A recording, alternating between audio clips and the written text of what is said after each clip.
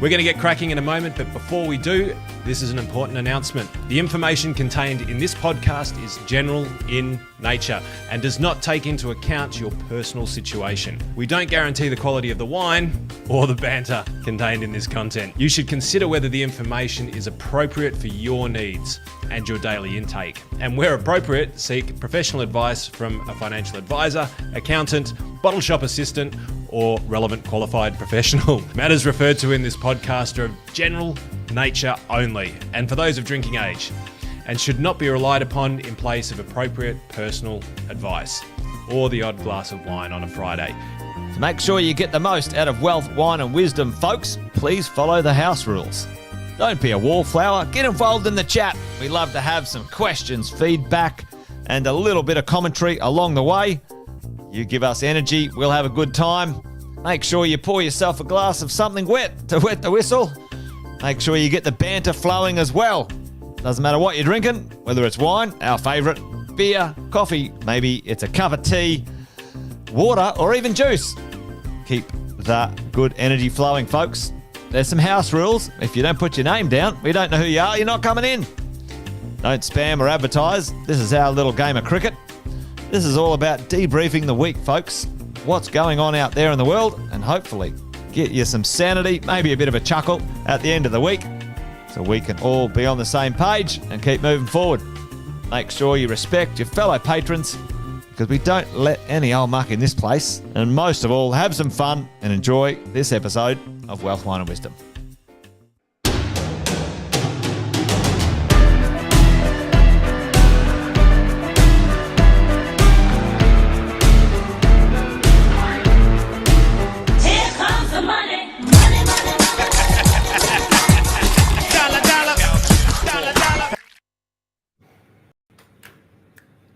Marty, do it.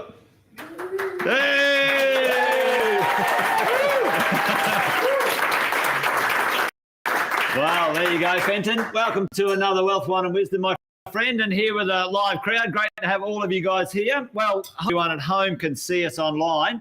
Let us know in the chat. Jeff, good to see you on today, mate. Let us know in the chat if you can hear us well and you can see us well. Big hello, evening from Alison. Yeah, good to see you here. Welcome. This could be wonderful or it could be a disaster. Who knows? It's the first time we've ever done. That's pretty much the same for every Friday, just for context. It could be. This is the first time we've done a live Wealth, Wine and Wisdom with some real people in the audience, and we'll see how we roll here tonight. We've got people in from Bundaberg, Cherie, the other half of the dynamic duo. Yes. A quick hello from Cherie. And we've got Jeff, loud and clear. A bit fuzzy, though, at the back there, fellas. So maybe just check the camera or the output. But we'll on here as we roll along. Hopefully you can roll with us, folks. And away we go. But you guys know the drill. Welcome along. I can see many of you online here today, which is awesome. Friday afternoon. It feels like I've lost track of time. You guys rolling? I've lost track of time, Fenton. Well, me too. I'm back on your time at the moment, so it's 5 o'clock somewhere. I'm sure of that. But we're here as a part of the Exit Plan special event. We're coming to you live from the W in great Brisbane, Vegas. I don't know why I said great. I don't believe it really, but no, I love Brisbane, Vegas. It's amazing. So we've spent the day with some amazing people. Last night we were down Newstead at an amazing apartment complex up there. A great little cocktail party, which was bang on. And now drinking again by the looks of it with you, mate. So there's a bit of a theme. I think you're a bad influence. What is it? Is it a drinking theme? Well, I'm a bit of a teetotaler when it comes to drinking, but on Fridays, Andy and I have been doing this for now 3 years. Yes. Debriefing the week. You know, many of you guys experienced this. We all did anyway. Living in the world as it was when COVID came along, many of us in business and in investing found that there was so many changes when it came to the world of money, life, that we didn't know what was going on. We didn't know whether Martha up or down, round and in or out. And we had a get together and we were talking about changes, and we wanted to communicate that to our community, which is property investors and business owners. And along the way, we decided instead of repeating it one by one, we'd do it as a live stream out to people, and they could watch it live, ask some questions, download it later, whatever it might be. And it's really taken off. And for us, it's been something not only to help others, but help ourselves. We kept some sanity along the way. My world of 20-year plus in real estate, Andy's 20-year plus in the world of banking and the stock market. And we tried to sort of understand what was going on. So, welcome along the live audience and welcome along the online team and crew. We've got a few regulars, which is great, and it's kind of cool to do this funkily as we do on a Friday. Everyone, Andy, we've spiced up our branding for the launch of this year, but what do we usually do on Wealth, Wine and Wisdom? It's a lot more basic, really, than today. But as you come in, introduce yourself, put it in the chat. If you're new, say I'm new. And if you are, welcome along. Welcome to everybody that's in the room today. And, mate, it's been a cracker week. I mean, we've obviously launched the exit plan. That's probably going to be hitting newspapers Australia-wide, I would say. If the journalists really have anything positive to say, that would be on the front page of every newspaper. So I think it's not what's in the news anymore. It's Decant the Week. So typically we have three things that we follow now. We have Decant the Week, which is all a little bit of a metaphor about what's happening in the news recently. What should you know about? We've got the number one menace, which is typically at the end. That's our favourite, which is generally one of three different types of people: economists, politicians, and related parties. And then we've got the perfect pairing. And I've got a few perfect pairings this week. Normally I focus on the number one menace, although I do have a bit of a menace in here. And maybe we would kick it off. Do you want to cut straight to the menace? Well, what are we doing? We're doing the Decant the Week? Well, let's mix it up. Let's do the number one menace first. Happy days. Can we go for the number one menace? Number one menace. Roll the. You won't hear this, actually.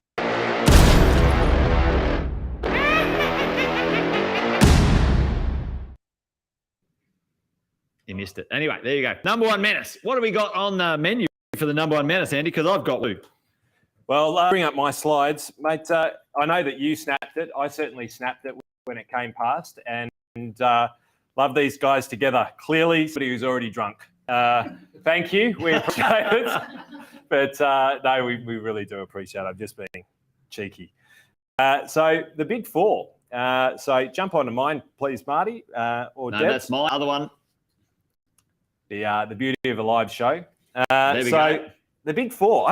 I don't know why we call it the big four anymore, because it's really the big five. Macquarie is a chameleon of a company. It's done incredibly well over the years. It's now known as the big five, not the big four. Whenever they report on banking results, they manage to go under the radar. I reckon there's a smart marketing strategy there somewhere. I reckon every time they get up, there's Macquarie, they always go, the big four, and it's just like them there. But, ladies and gentlemen, record profits again. Give them a hand.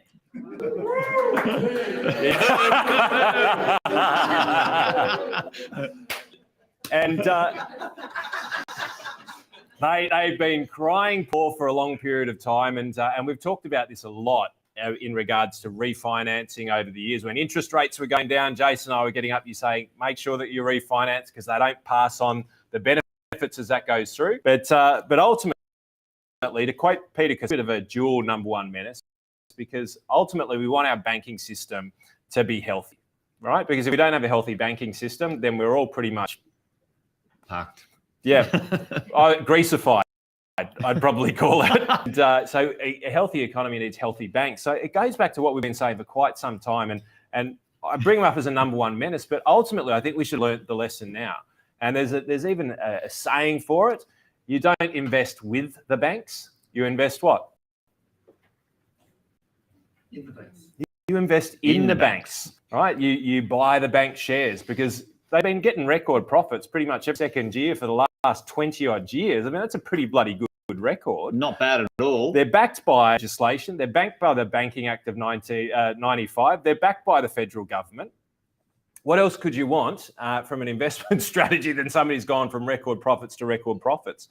So, mate, I labelled them as the number one menace because everyone likes to put the badge on the people who are doing well. Yeah.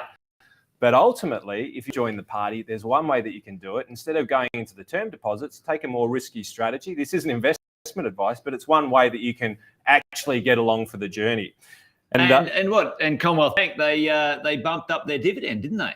100%. Yeah, 20% improvement on their dividend, and everyone's like, and I'm a bit annoyed with them, putting up my interest rate. But hey, if you had the shares on the flip side, you're getting the outcome as well. So hedge your bets. If don't rage against the machine that you can't change.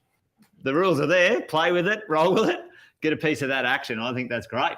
But it dovetails into some other stuff that's been in the news, and this is I know this is close to your industry, Jace, but Westpac's warned almost half of its $471 billion in home loans were written using interest rate buffers that are set to be exceeded.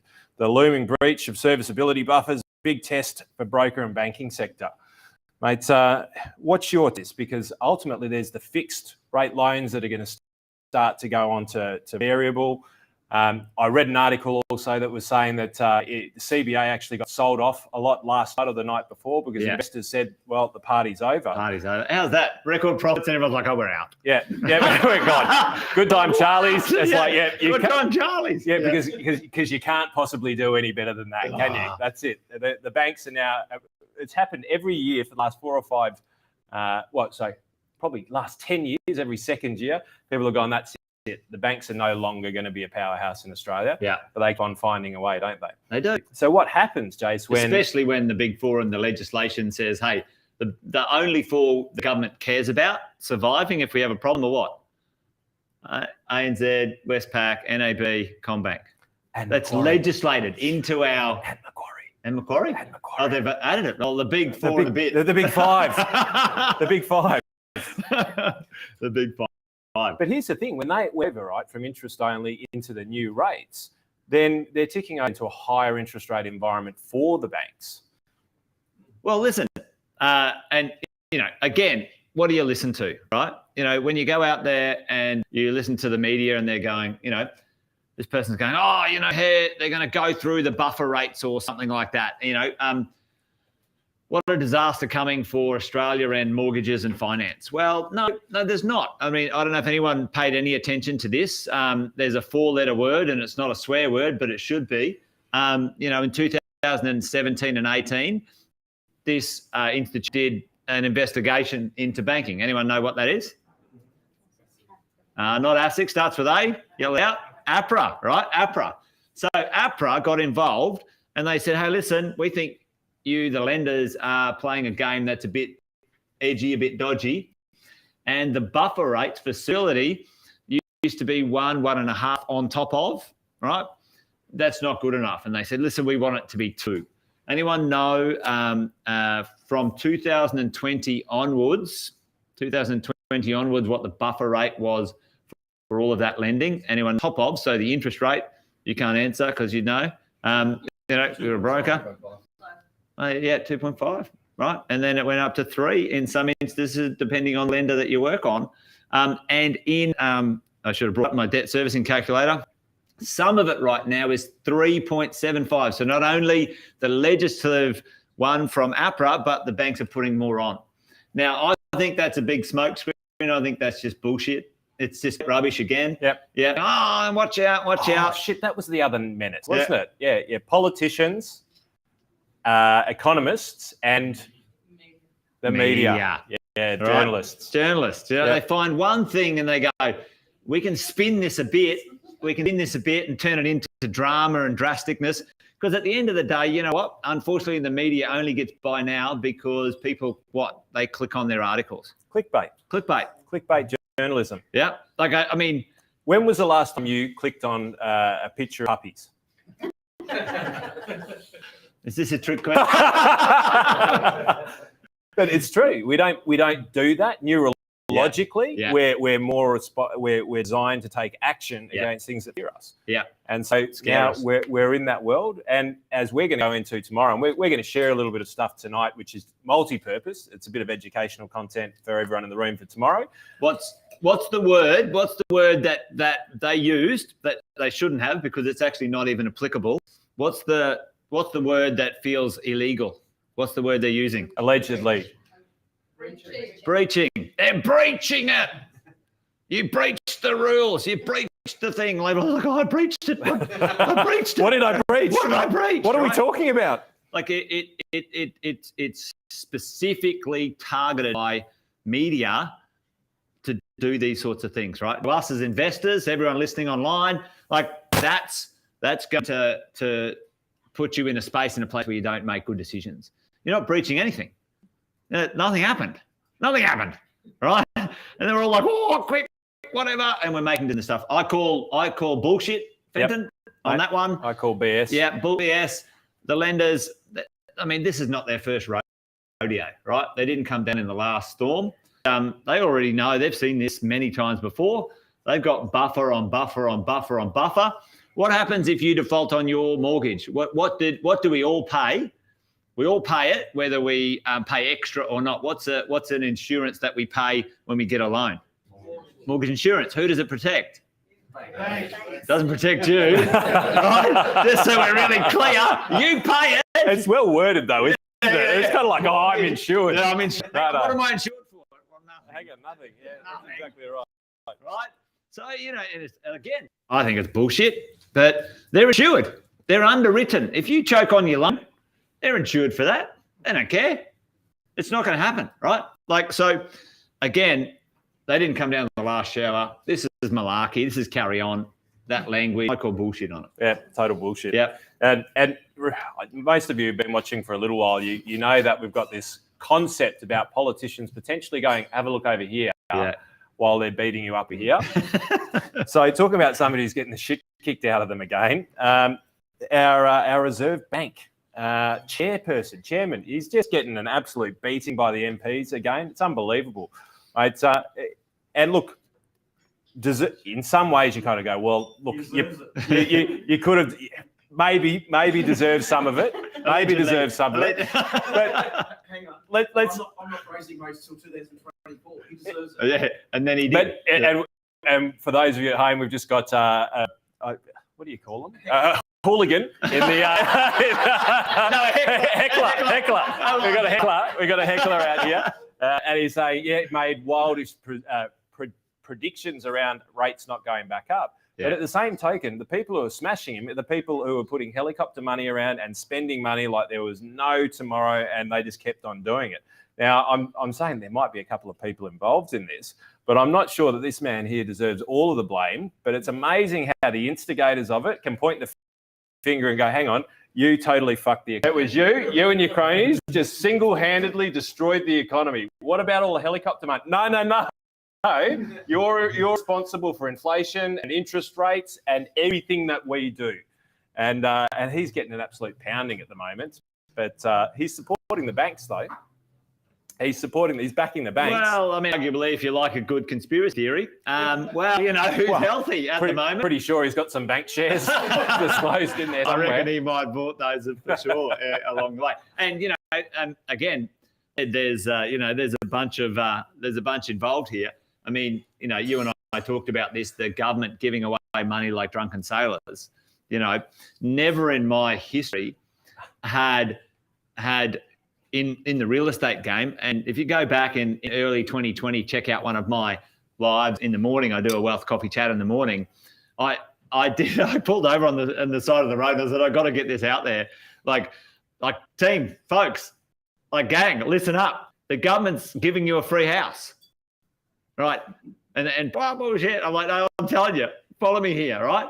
So if you qualified for first home buyers, right, nearly every state you ended up with between $60,000 and $80,000. And I'll say that again, $60,000 and $80,000 worth of free cash, a free home. Matter of fact, the right people who followed some of our strategies ended up with putting cash in their pocket after buying a property, which obviously did what to the property market? It couldn't have caused inflation, couldn't it? Because it's low who did that. That was the reserve caused the inflation. Let's give away free money to everybody and let's try and build the record number of freestanding houses we've ever built in one period of time ever. And that didn't blow up the supply chain or exacerbate the issues in COVID, did it? No. That's why the inflation rate, I'm pretty sure housing in there is like 1%. Or is it 10%? I think it's 10%. I think it might be 10%. So anyway, Lowy gets the heat, but, the government is chucking him under the bus as well. Unbelievable. Right? They literally just sit there and they kick him, and the Australian public are going, "You bastard." He must be the most hated man in the neighbourhood. Fair dinkum. But, mate, that pretty much does it for me for what's in the news. I was going to try and find some of those inflation statistics, which I've got them here somewhere. But, mate, what have you got? I got a little bit. I'll if Marty runs up the front here, Marty on my slides. Well, I'll dovetail on the number one Menace, but this was a little bit of a double whammy. There he is, Chambers. Or Chambers putting the Commonwealth Bank on. You're on notice. Well, he was part of the crew who got them into trouble or got them into this first place. Grandstanding. Going, hey, look at me, whatever it is. Now, listen. I believe we should vote for better politicians. That's what I think. I still believe in, we've got an amazing country with actually a good system. Just necessarily, I think Aussies sometimes are a little bit laid back on who we choose and how involved we get. But, that's probably the ebb and flow of who we are. But, at the end of the day, not only the banks are getting a bit of heat, but, the pollies are getting in there and Look at that. He's used to pointing that finger. Look how well he does it. That is unbelievable. I'm putting you on notice for the thing that I was involved in, but if I point at you first, then I won't get that, right? Oh, it reminds me of Father O'Flannery. Fenton. So, listen, at the end of the day, the politicians were 100% in the camp doing that sort of stuff. Now, I don't know, it's a tough one, right? Most politicians have never run a business. They've never done, anything economically that's beneficial right, often. So it's just like, who's going to step up to the plate, right? So, at the end of the day, I think that's something to consider. But, certainly right now, the banks are quite happy and, the politicians help them get there, and in the news for me, a few things going on. I'm going to sort of dine out on this one here. Already we talked about the rate. Now that's already been talked about being reduced. So, and I've said this plenty of times, it's actually quite systematic what goes on. If you can sort of take the emotional process out of it, we dine out on it a bit. We have a glass of wine and get a bit lewd and rude. But if you drill into where it is and what's going on, it's quite logical from this point onwards. The banks need to make money. It's in the best interest of the country. And now what will happen is there'll be leverage on APRA to go, listen, loosen it up a bit. There's already conversations happening. Don't have a 9% hurdle rate for people to borrow money on top of what we're doing. Adjust it and reduce it. So that's coming. And again, you and I love doing this. Going on record, this is live. I'm calling it. It'll be within 6 months. It'll go down. They'll drop it at least 1 to 1.5%, the hurdle rate, over and above the interest rate. And also, like in this space, those low 1%, 2% loans will never happen ever again. Like it's done. Like I said, I think I said this morning.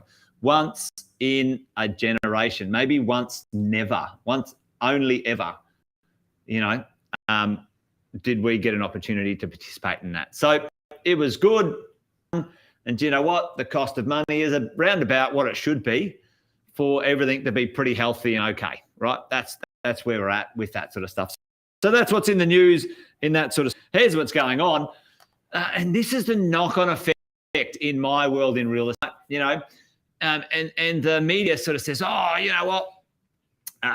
The interest rates went up. Oh, everyone's going to be in trouble and it's going to be a disaster and they're all going to sell.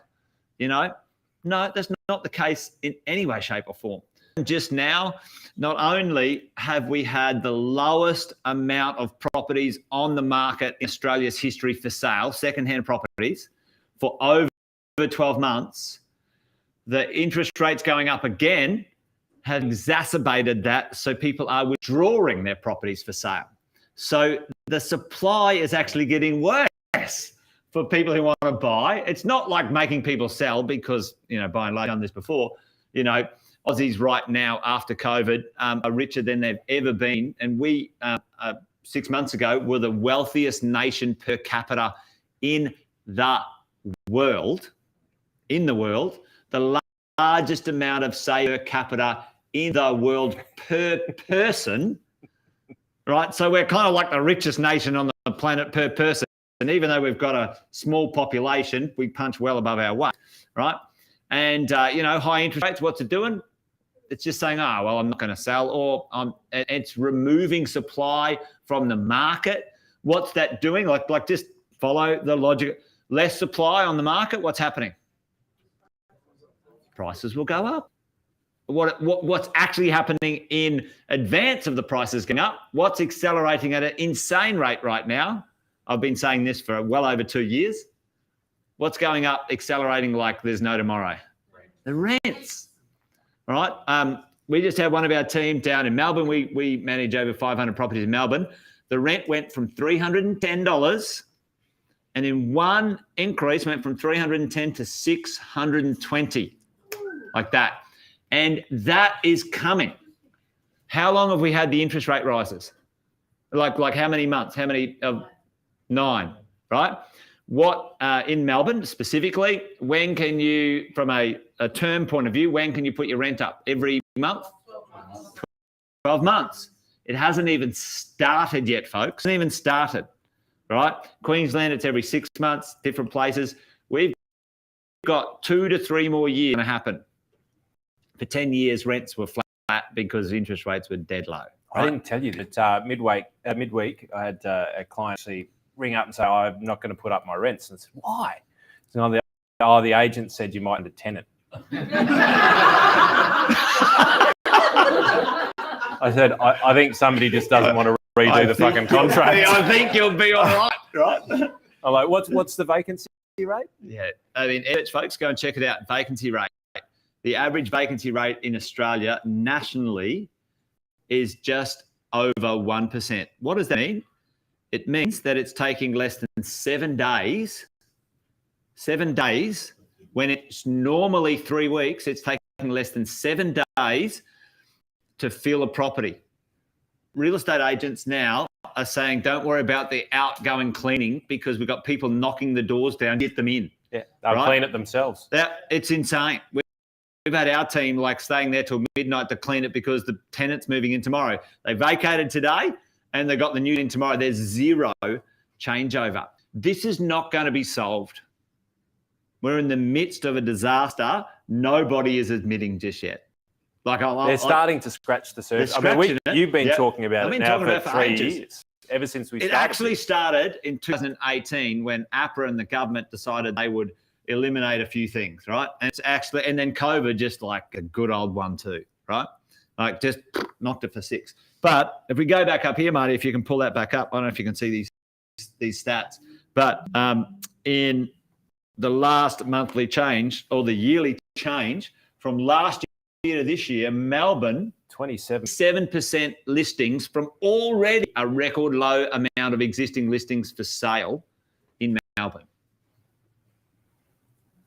Like it's not going. There's not, and just what just happened? The government said, yeah, we need people in the country, right? I was chatting with Cav last night, right? One of the people who need people to lay some concrete and some blocks. He said, mate, there's no one around. So like Cav needs about 10,000 bricks in the country, right? Like what we have is a disaster in that space. Like the government is just totally unprepared to solve in any way, shape or form. It's not going to be even close to being solved for 5 to 10 years. And tomorrow I'm going to talk about what's going to drive the next 10 years. Maybe you could drop those blinds, Steve, because they're starting to get a bit glary. About the greatest transfer in Australian history of wealth over the next 10 years, right? 4 million. How many? 4 million. 4 million people are going to retire and transfer their wealth. Retire and die. Retire, well, maybe even die. Yeah. Anyway, we're going to talk. Sorry, that was a reference point to earlier on today.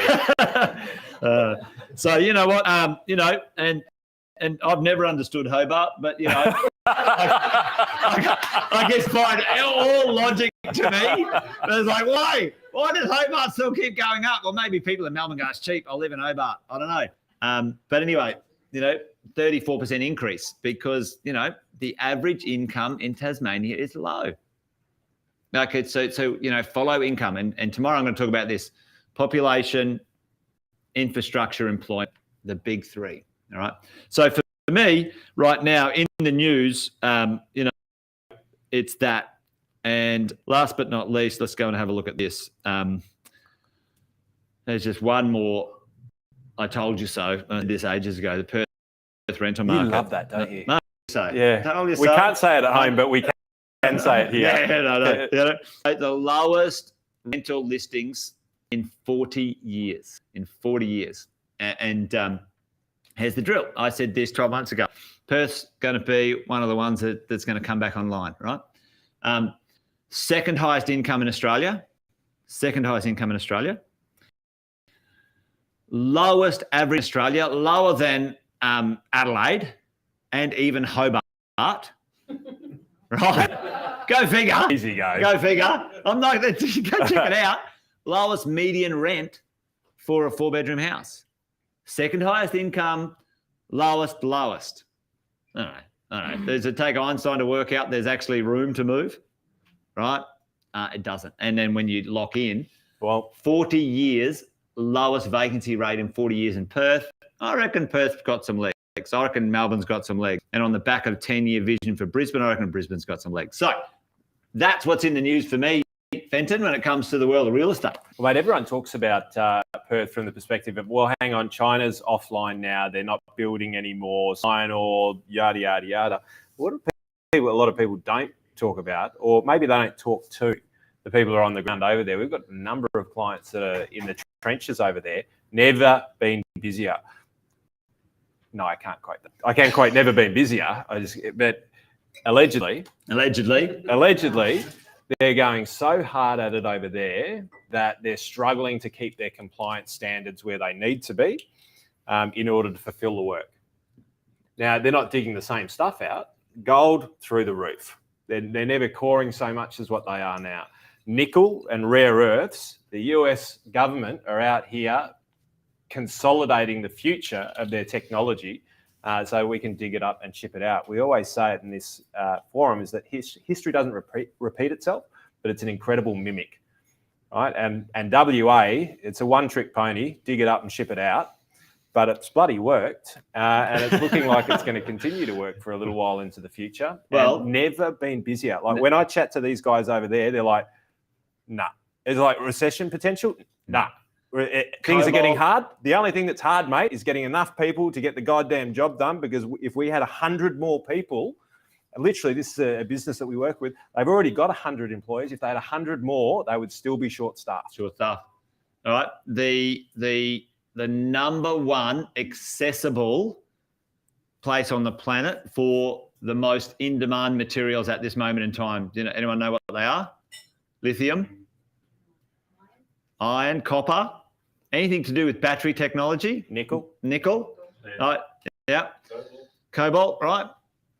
Western Australia, nearly 95% of the accessible deposits capable of being extracted, Western Australia's got them, but they can't get them out of the ground. They can't, now, not necessarily talking about the other impacts of that stuff, but jobs. People, WA shut down their borders for the whole of COVID. You couldn't go in and out, right? Queensland said, no problem, we'll take all the Victorians.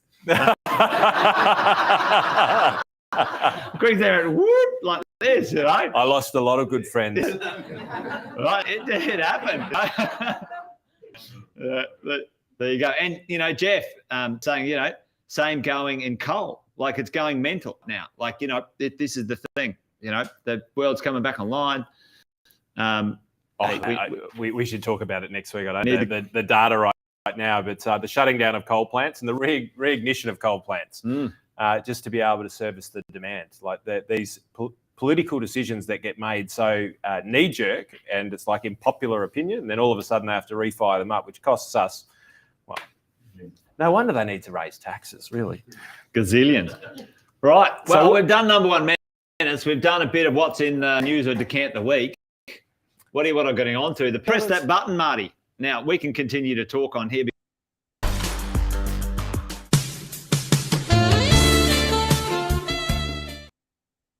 Like problem solution, right? Problem solution. So what do we pair up with times like this where, and we're going to talk about a lot tomorrow. Investing can be turbulent, right? And you're wondering whether you've made the right decisions. And mate, what I did is I thought, well, why don't we go in and have a look at what time frame do you think that just about any investment other than Bitcoin, whack my slides up there, Marty. What time frame do you think that you need to be invested in something to basically guarantee yourself a positive return? No matter you literally entered in just before the global financial crisis, absolute high.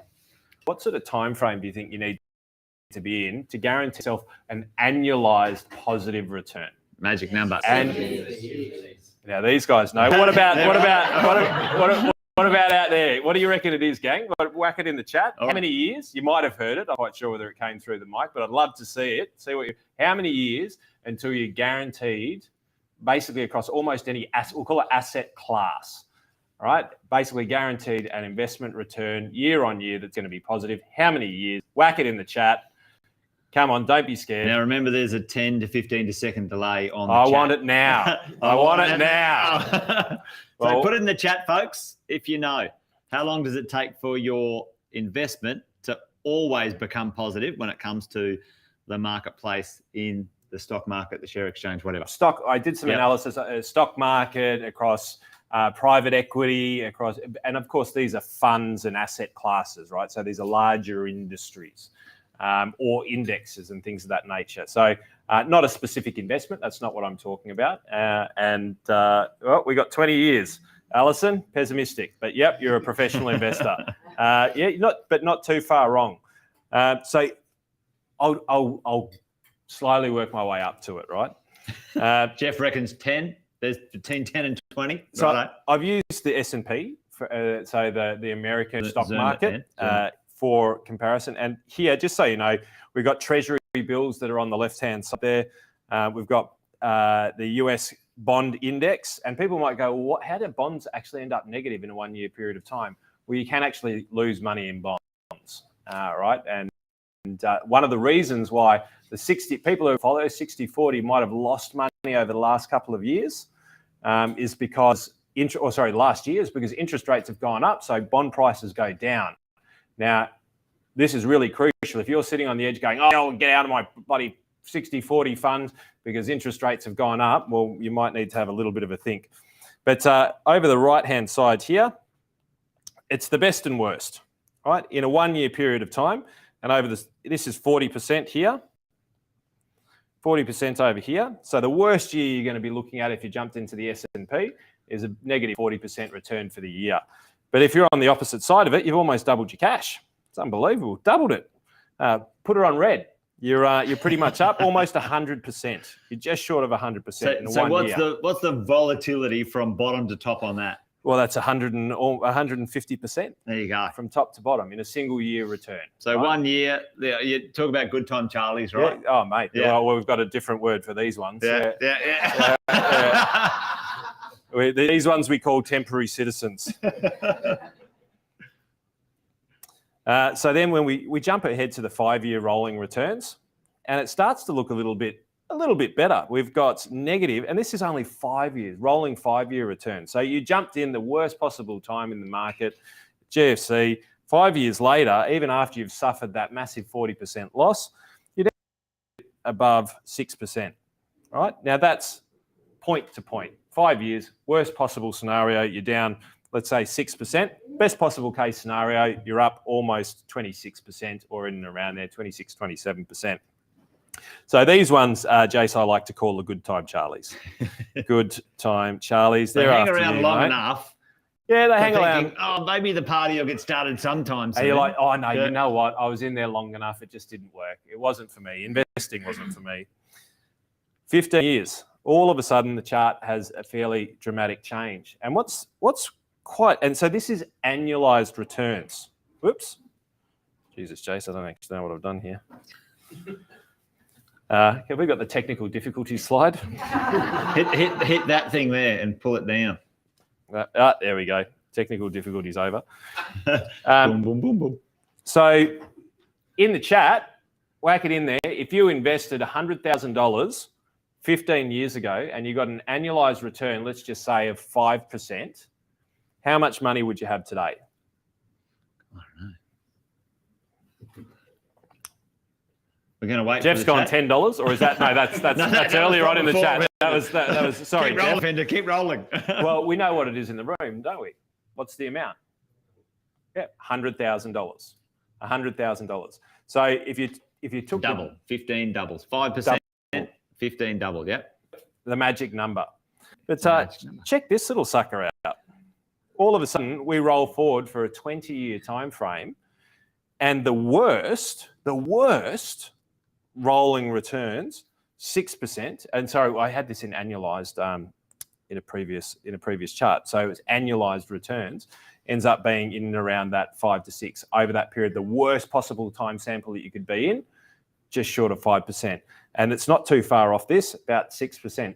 So basically what I'm getting to here is if you're investing for the long-term game, don't allow the short-term decisions right now to derail you too much. There are some things that you could do and then chat with your advisors about doing those things. But right now is around about that time to start to hold course. And really, especially in, I guess, your game where the decisions are long-term and more far-reaching if you get out of it. It has to be. The in and out cost of real estate is significant. So, and it's not a good idea to get it in and out in a year. You can dust, 50 grand before you even get out of bed. So when we look at it, 100% over time, then the stock market's obviously a lot more volatile because it's transactional on a day-to-day basis. You can sell a stock in seconds. You can't sell a house in seconds. Thankfully. Otherwise, it's probably coming though. Yeah, well, it may be. Red Brick started off with those sorts of ideas. Blockchain may actually bring it. Yeah. So one of the things that we really need to be aware of is time in the market, not timing the market, as some of the greats say. You've got to be astute about where you go. Don't whack your own Bitcoin. Probably going to. Well, Jason, it is the new goal, isn't it? Yeah, it's the new goal, as they said. But ultimately, what we've got to realise is the long-term game. And if you start to make short-term decisions based off our number one menace, which is the media and the hype in and around it, yes, be watching what's going on. But we also had a chat with an amazing man today about his business philosophy and investment philosophy, which was really in and around. Oh, I've just blanked out the screen, haven't I? Keep going, mate. Marty will sort that out. Boom. And the one thing that he said is when you get into times of hardship or when you get into those periods of time where everyone else is fleeing, and he's not the first one, but I love the way he put it. Buffett says, when those people are around you are fearful, be greedy. When they're greedy, be fearful. And Tim said it today. He's gone, you know what? When everybody else is diving away from the shrapnel that's happening in the markets, well, that's when we get ready to launch a cannonball. Yeah. And when everybody's super positive and the taxi driver's telling you to buy more Bitcoin, that's when we're just firing little bullets into the market just to test where it's at. Yeah. And I think right about now, the best thing that we can say from a perfect pairing perspective, trust your advisors, trust your strategy. Well, maybe trust your advisors, depending on who they are, I guess. But trust in the longer term strategy, as long as it's not too outrageous. And we use Bitcoin as a bit tongue in cheek. But if you're all invested in something which is highly volatile and maybe not tried and tested, maybe you need to test your strategy. I'm for 1% of your your free cash flow into something that might be a long ranger. Yep. But no more than 1%. I mean, you don't know anything about it. Yeah, like how's this? Here's a good idea. You know nothing about nothing. Put some money into it.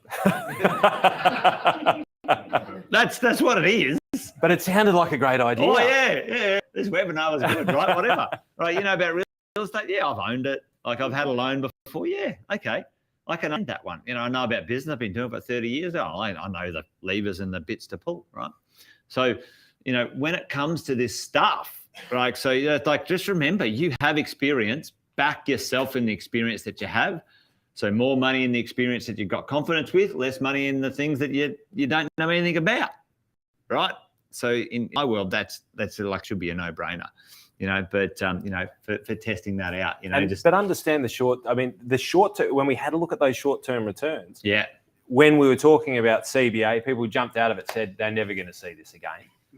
I guarantee you they will.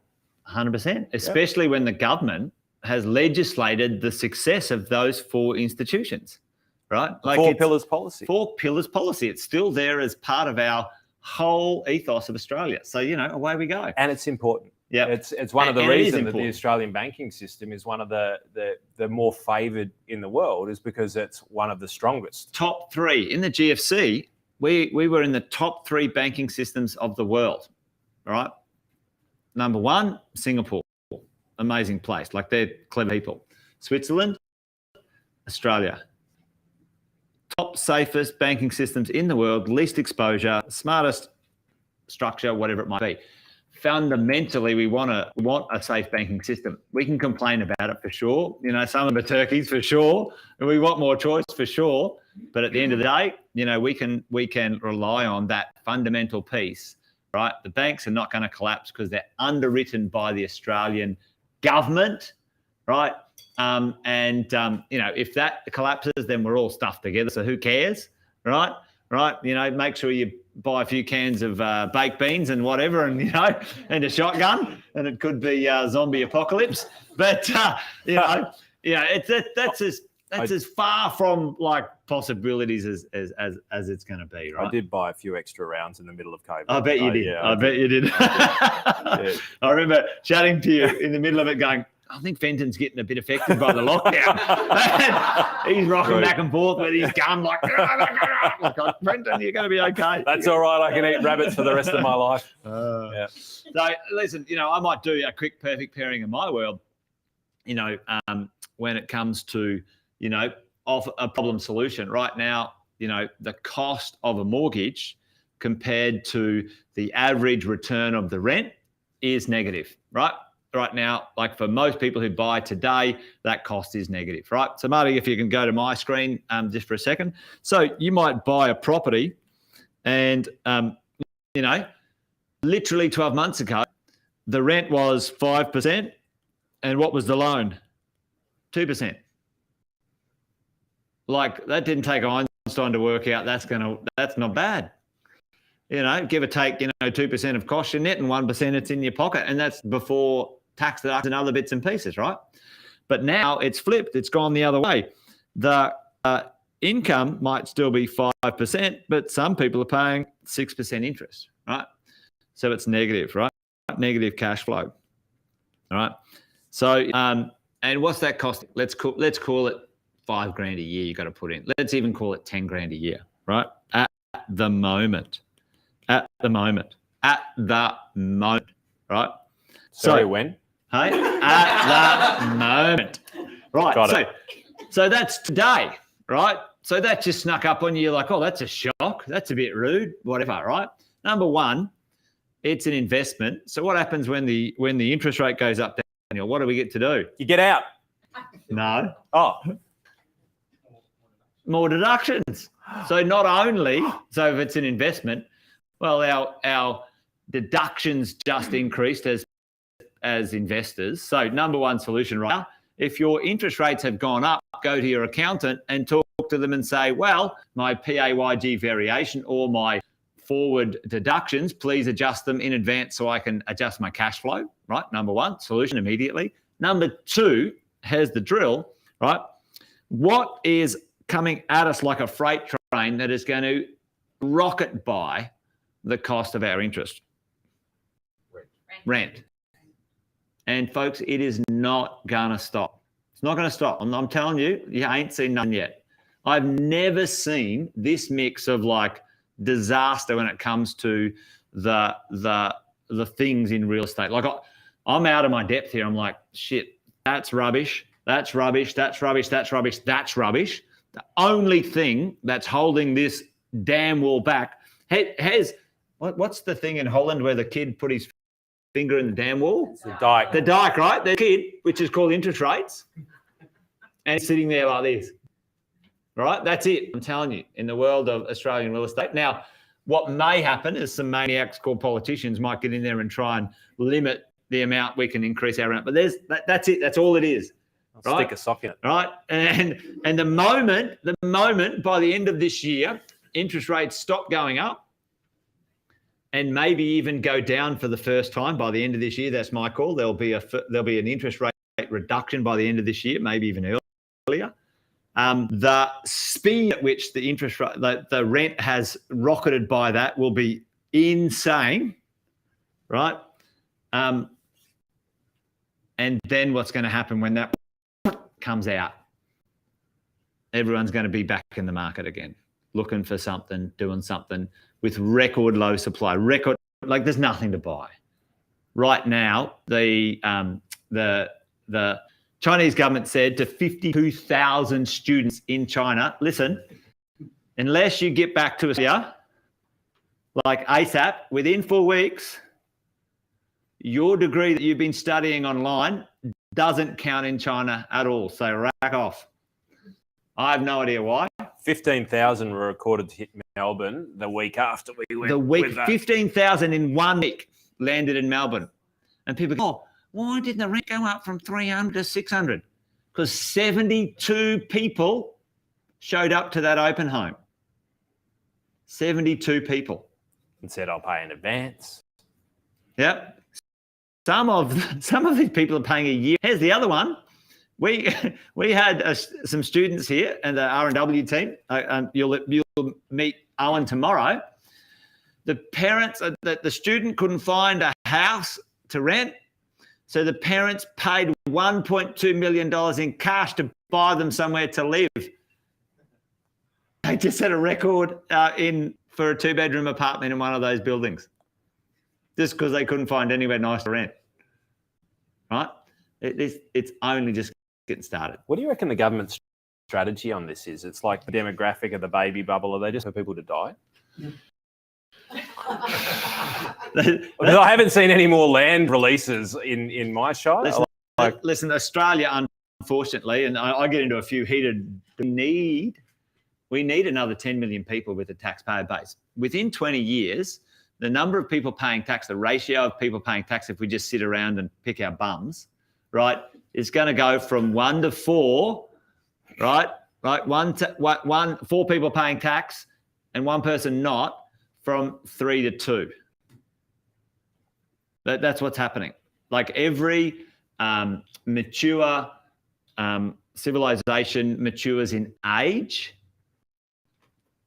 and taxpayers reduce. Japan right now, I don't know if you guys see this, we love Japan it's 20 years ahead of Australia.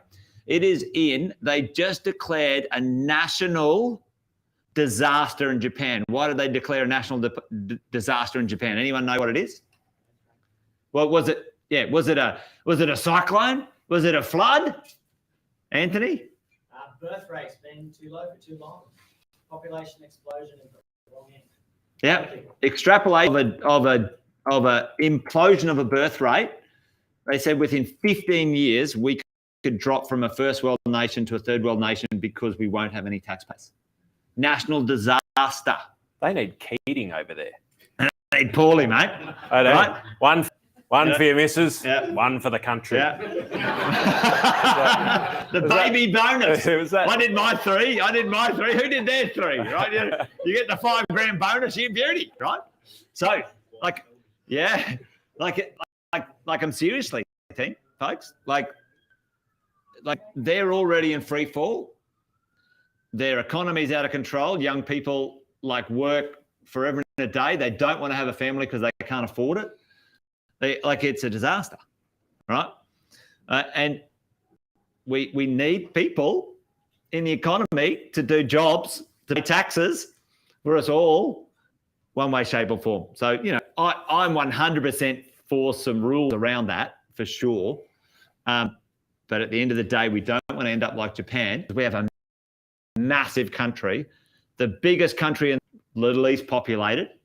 All right, and per capita infrastructure is ludicrous, all right, as we go.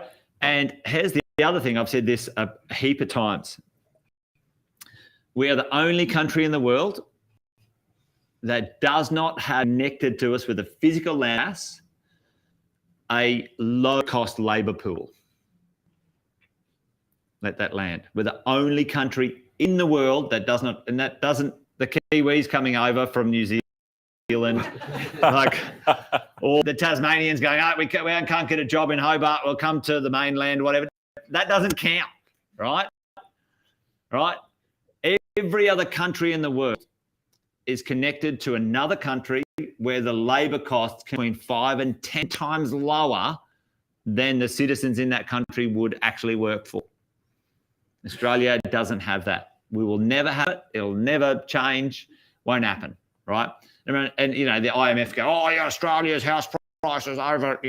It's like, yeah, mate. Oh, yeah, you should put a tax on that. Yeah, that was their solution. You know, brilliant. Like, you can get a brick laid in let's say, the US for 2 cents a brick. You know what it costs to lay a brick here in Australia? $25 a brick. They earn more than doctors. Not kidding you. What? We're the only country in the world that actually is the case. You know, fair enough. It's hard work. Like, you know, I wouldn't want to bloody do it. Like, I've laid a few bricks and it's bloody tough. When a labourer starts going around in a Ferrari, we need to start to rebalance it. It doesn't quite make sense. I'm just wondering though, Jason, I feel like a bad citizen now. I'm wondering, can I borrow one of yours just to even up the odds? Because right now I'm not too keen on going round two. Listen, so if you take the last one and you pay for all this schooling, like, I'm out. It's good, right? I'm done. But mate, I think, as we do, we wrap it on. Time flies, but you know, let's bring it to a bit of a closure tonight. Like, you know, not only do we like to have a bit of fun and have a bit of a joke about this stuff, but honestly, folks, you know, there's still plenty of you online. You know, this stuff's for real, right? And you know, when we talk about money and the future, we need to understand the mechanisms that are sort of at play. Because, you know, you read a quick article in the newspaper and you think, you know, whatever. Well, there's a layer on the layer on the layer. And it's actually not that difficult to comprehend, right? You've got the lowest supply ever in Australia's history. What would be, you know, maybe the 3 ways this thing could go? And you're like, all right, well, I'm not listening to the Fin Review reporter to make some good financial decisions, right? So, you know, whatever that looks like. In that sort of space. So there you go. I think that's it. We're done. Wealth, Wine and Wisdom. Yeah. In the can. Live. We did it live. Yay! Well, I had fun, as I always do, but I don't know if anyone else did. But hopefully you enjoyed that, folks. And for you guys online, thanks for joining us today. Really appreciate you being here. Big shout out to Jeff, Adrian, Tim, Alison. Who else is on there? I chat maybe. Big shout out to all of you guys. Great to have you joining us as always on Friday afternoon. A little bit of a debrief, a little bit of a decant the week. Hope you enjoyed it. Our live audience here. If you want to get involved with a fun live audience, give us a shout out. You know, we'll let you know how you can. Can you imagine it? Hashtag Deb Jensen. Hashtag Deb, tell me more. Deb, tell me more. There you go. I can't see that. It was covered by the private chat there. I think we just got. All right, we're done and dusted, mate. Let's call it done and dusted for another week. Yeah, well, it's a good night from him. It's a good night from me. Good night. Good night, everyone.